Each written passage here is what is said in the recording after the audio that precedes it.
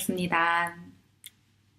오늘 말씀은 요한복음 4장 13절에서 14절이에요. 우리 같이 성경책 펴서 말씀 볼까요?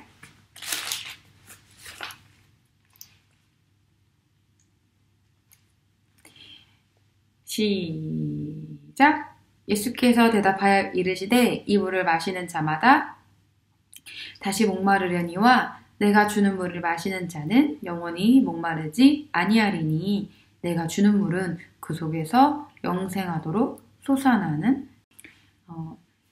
여러 여인이 물을 기르려고 우물가에서 물을 좀 얻어오려고 아침 일찍 일어나서 준비를 해가지고 나갔어요. 그 전날에 약속을 했거든요. 우리 8시에 여기서 만나서 같이 가자. 그래가지고 3명이면 3명, 5명이면 5명 같이 이렇게 양동이를 가지고 얘기를 하면서 왔어요. 너 어제 저녁 뭐 했어? 난 된장찌개 했는데. 그래, 난 김치찌개. 좀 싱거웠어. 그래서 오늘은 조금 이렇게 간을 조금 맞춰가지고 짭짤하게 해보려고. 이러면서 재밌게 얘기하면서 물을 기르러 갔다 왔어요. 그런데 어쩐지 보통은 날이 시원할 때 갔다 오는데 한 여인이 남들보다 조금 늦게 준비를 하는 거예요. 그리고 해가 제일 높게 뜨는 더운 시간에 나가는 한 여인이 있었어요. 이유가 있어요. 이 여인은 결혼을 했어요. 그런데 좀 결혼 생활이 힘들었는지 헤어졌어요. 그리고 또다시 결혼을 했어요. 또 헤어졌어요. 또다시 결혼했어요. 또 헤어졌어요. 그렇게 하길 지금이 5번째예요. 그렇게까지 되니까 사람들의 시선이 조금 차가워지기 시작했어요. 사람들이 이렇게 말을 하더라고요. 그 여인한테 물을 기르러 가는 여인들이 이렇게 말을 하는 거예요. 그 사람 뭔가 문제가 좀 있는 것 같아.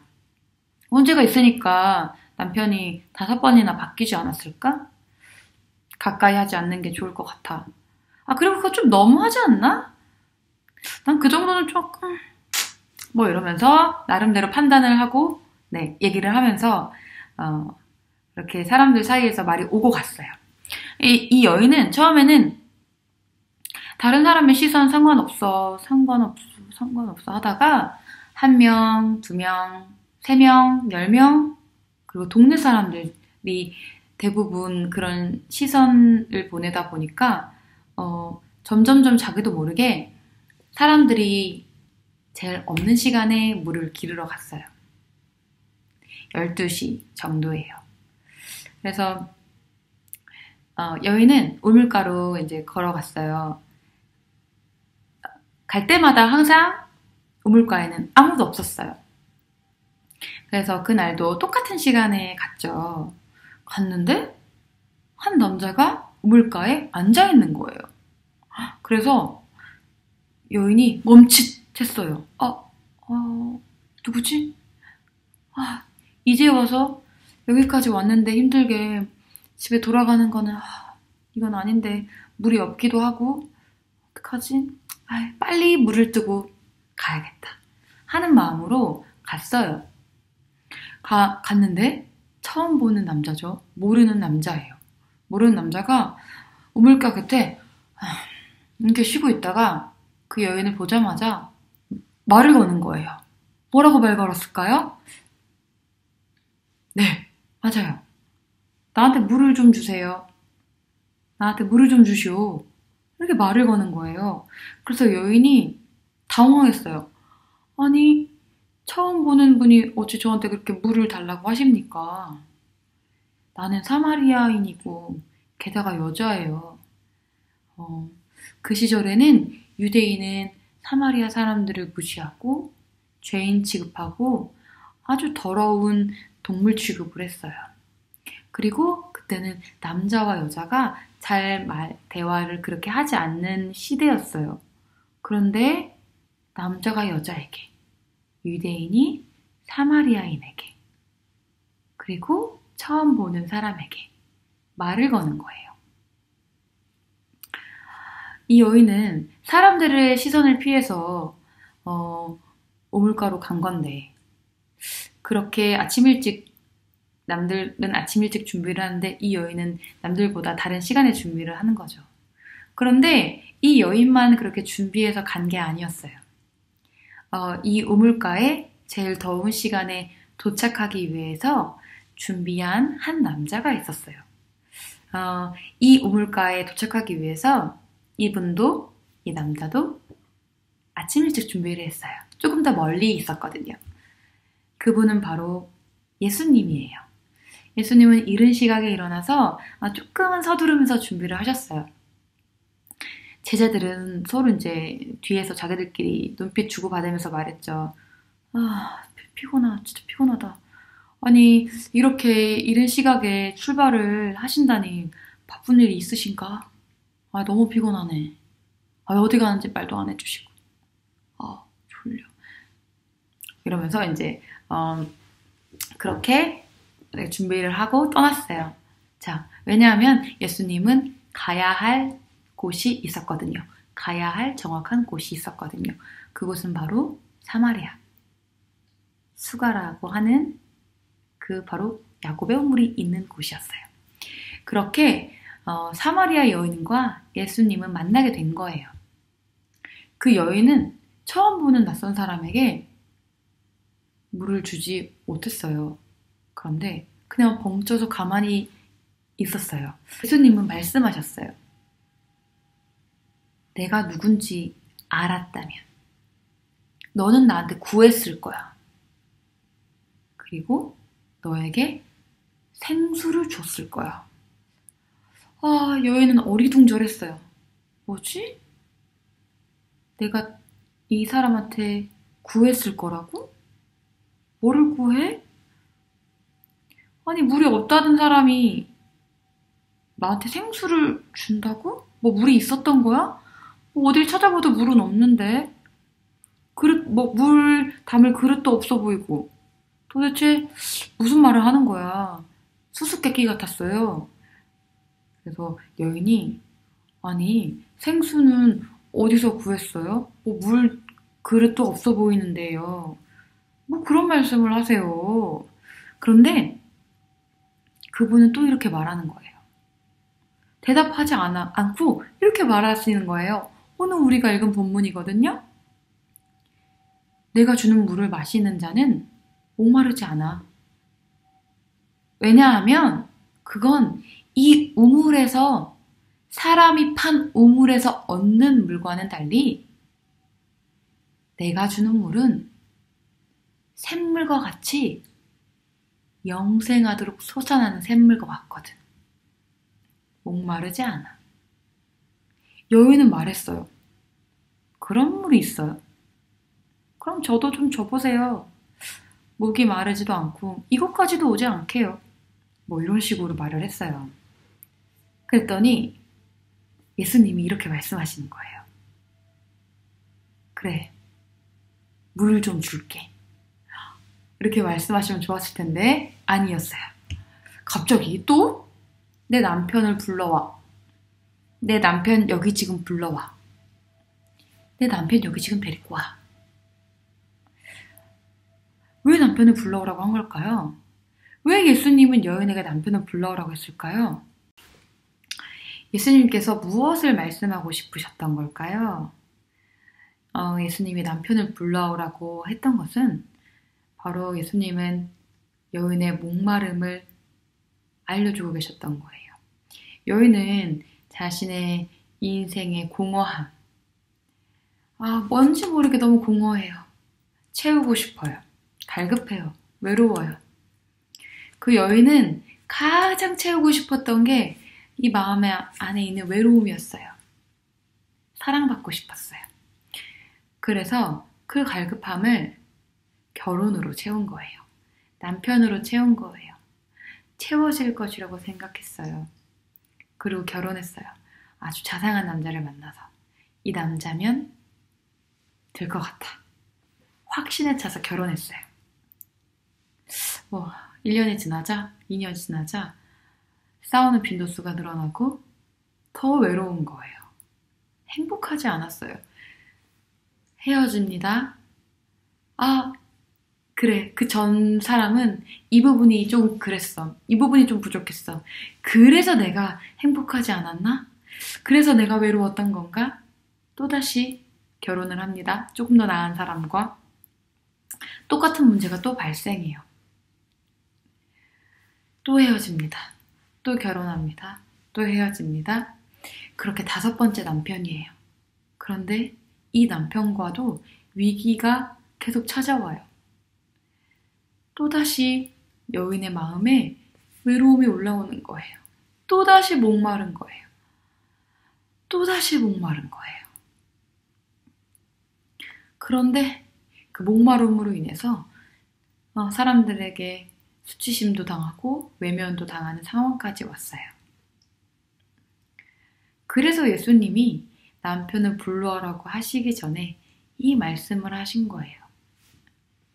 이 물을 마시는 자마다 다시 목마르려니와 내가 주는 물을 마시는 자는 영원히 목마르지 아니하리니 내가 주는 물은 그 속에서 영생하도록 솟아나는 샘물이 되리라.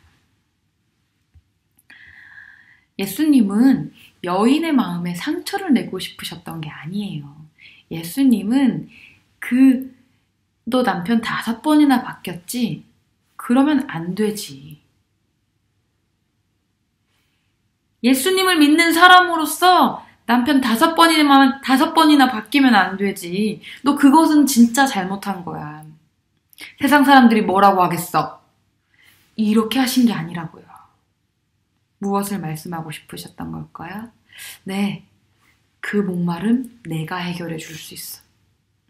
근데 내가 해결해 주는 거는 잠시가 아니라 영원한 해결이야. 좋은 남편을 만나면, 이 남자를 만나면 해결될 거라고 생각하지? 너의 말랐던 목이 아주 시원할 거라고 생각하지? 그때 너의 참 평안, 너의 참 샬롬이 시작될 거라고 생각하지? 아니야. 다시 목말라. 5번이나 경험했잖아. 다시 목마르게 되어 있어. 그 목마름의 근본적인 해결은 나야. 나한테 있어. 그 샘물이 나한테 있어. 친구들, 우리는 세상에서 물을 얻을 수 있어요. 세상도 우리한테 목마름을 해결해 줘요. 마치 야곱의 우물과 같은 거죠. 하지만 우리는 그 해결을 얻으려고 하면 우리는 그곳으로 걸어가야 돼요. 노력해서 걸어가야 돼요. 그리고 우리가 떠온 그 물을 마셔요. 아주 시원해요. 아주 달콤해요. 정말 맛있어요. 갈증이 해소가 돼요.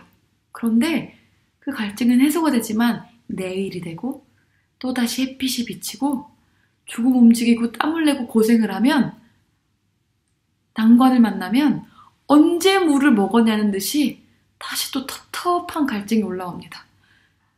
그럼 우린 또다시 그 우물로 향하게 돼요. 하지만 예수님은 말해요. 이것 그만해도 된대요. 예수님에게 가면 내 안에 깊숙이 있던 그 목마름이 해결이 된대요. 사람마다 자신 안에 있는 우리가 볼 수 없는 그 사람마다의 목마름이 있어요. 전도사님도 다 알 수가 없어요. 하지만 예수님이 이 사마리아 여인의 진짜 그 목마름을 아신 것처럼 예수님은 친구들 속에 있는 그 목마름을 아세요. 아무리 내가 깊이 숨겨놓고 가면을 쓰고 행복하게 살아도 예수님은 그 목마름을 아신대요. 나의 인생에 찾아오시는 그 예수님에게 친구들의 그 안에 있는 깊은 목마름을 맡기세요. 그리고 영원한 해갈을 경험하는 우리 친구들이 되기를 바랍니다. 영원한 해갈을 경험하는 그 사마리아 여인은 4장 마지막 후반절쯤에 나오죠. 바로 메시아이신 그리스도를 만났어요. 이 여인은 그 목마름이 해결이 된 거예요. 해결이 된 순간 어떻게 됩니까? 변화받습니다. 그래서 사람들을 피하던 그 여인이, 그래서 남몰래 아무도 나오지 않는 그 제일 뜨거운 시간에 사람들의 시선을 피해서 이렇게 나오던 여인이 상관이 없어졌어요. 사람들의 시선이 상관이 없어졌어요. 자신에게 이렇게 손가락질하던 그 사람도 이제 무섭지가 않아요. 물동이를 내던지고 마을로 뛰어 들어가요. 목소리를 크게 내요. 그리스도가, 메시아가, 우리가 기다리시던 분이 여기 있어요! 라고 소리쳐요. 여러분 바로 여기 있어요. 제가 그분을 만났어요. 여러분도 믿어요. 그러면 여러분도 저처럼 변화받아요. 이분이 그리스도예요. 이분이 메시아예요. 친구들, 목마름이 해결이 되면 이렇게 됩니다. 여인이 제일 힘들어서 하지 못했던, 제일 무서웠던 그 사람들, 무섭지 않아요. 그리고 오히려 그 사람들 앞에서 당당하게 예수 그리스도를 전합니다. 예수 그리스도를 전하는 것이 그 여인의 제일 큰 기쁨이 돼요. 그리고 메시아를 만났다는 것이 그 여인의 제일 큰 기쁨이에요. 다른 게 생각이 이제 나지가 않는 거예요. 예수님을 전하고 싶어요. 이게 첫 번째, 목마름이 해결된 사람의 첫 번째 특징이죠. 우리 비엔나 중고등부 모든 친구들이 이렇게 되기를 바래요. 네, 우리 비엔나 모든 친구들이 목마름이 예수님 안에서 해결이 되기를 축복하면서 오늘 모든 예배 순서를 마치도록 하겠습니다. 기도하겠습니다. 살아계시고 귀하시고 우리 예배를 받으시는 하나님 아버지, 참 감사합니다. 우리가 무엇이기에 예수님 우리에게 찾아오셔서 영원한 샘물이 나에게 있다고 말씀하십니까? 하나님, 뻔뻔하지만 우리에게 목마름이 있고 그 목마름을 해결하고 싶습니다. 우리는 그 목마름이 해결되면은 세상에서 해결될 거라고 생각을 했어요. 그런데 하나님 아버지, 오늘 우리는 알았습니다. 그 목마름은 세상이 주는 것이 아니라 예수님에게 있다는 것을요. 우리가 항상 그 목마름을 예수로부터 해결되고 예수로부터 그 영원한 기쁨과 평안을 얻는 우리가 될 수 있도록 인도하여 주시옵소서. 우리에게 날마다 찾아와 주시옵소서. 날마다 찾아오실 때 우리가 예수님 앞에 무릎 꿇고 경배하고 굴복하는 자들이 되게 하여 주시옵소서. 살아계신 예수 그리스도의 이름으로 기도드립니다. 아멘.